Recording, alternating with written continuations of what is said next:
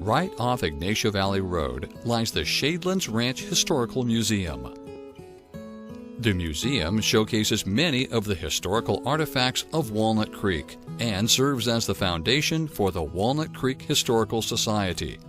Founded in 1967 by members of the Walnut Creek Women's Club, the Walnut Creek Historical Society has developed into a vital organization that engages with the community and city government to carry out its mission to preserve and interpret local history.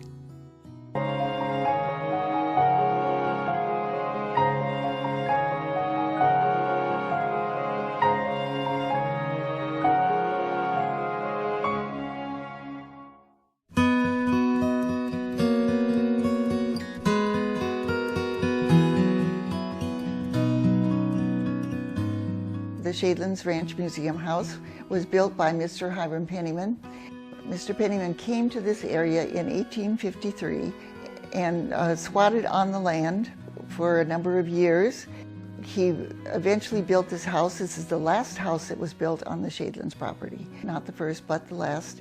And it was constructed in 1903. It's kind of interesting in that this is the only place was built by a pioneer from 1853. This house then was constructed from 1902 to 1903. It was really built as a residence for his daughter, Mary Penniman, who, of all the Penniman children, was the one who became the ranch manager and was her father's business assistant. The others had other places to go and things to do. At the time that the construction on this house was begun, Hiram Penniman was 78 years old, and he realized that he would not, of course, be around forever, and so he really wanted to have a very nice place for his wife and daughter to live. The cost of the house at the time it was built was $7,200, which seems like a bargain these days, and the total square footage of the house is 3,440 square feet. Hiram Penniman, his wife Carrie Penniman, and daughter Mary moved into the house in April 1903. Hiram died in 1907, and daughter Mary died in 1909. Hiram's youngest daughter, Bessie, married Albert Johnson in November of 1896 at the family home in Oakland, California. And Bessie and Albert would be jet setters if they were alive today. After Carrie died, Bessie Penniman was the sole owner of the ranch. And she was assisted by her husband, Albert Johnson, who got very, very interested in the ranch itself, the kinds of crops that were to be planted, and the business end of the whole ranch. In 1921, he hired a family, Mr. Edwin Moyer, his wife, and they had 2 young children, and they moved in 1921. The house was then wired for electricity late 1921 or early 1922, and the Moyer family then managed the ranch from that date, from 1921 until 1949. Albert was quite instrumental in getting the walnut trees planted, because most of the walnut trees were planted after World War I. In 1943, Bessie was killed in an automobile accident. Soon after she died, Albert found out that he had cancer. And so he was, being a businessman, he was very able to manage his assets, and he formed in 1947 the Gospel Foundation, and we have the document signed by the judge saying that all of his worldly possessions would put into the Gospel Foundation. And he formed the Gospel Foundation with the idea that the income generated by the foundation, the monies that were realized from it, could be used to further the projects and the well-being of people less fortunate than himself. Unfortunately, it didn't turn out that way, because the Gospel Foundation was spending more money than it was earning. And one of the assets of the foundation, of course, was the Shadelands Ranch. Because, so that is why by the 1960s and 70s, they had to begin to sell off the ranch property. In the meantime, after Albert died, the foundation and his estate was managed by Mary Lidicote. One of the first deals that she made, or first business deals that she made in this area, was regarding this very house.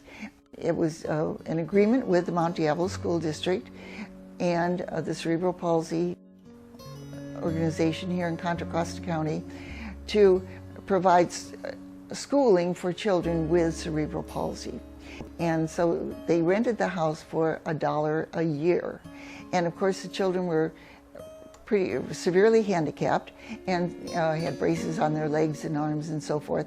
So they could not go upstairs. So they, in order to make more space for the children, they enclosed the front porch by putting windows between the pillars of the front porch of this house.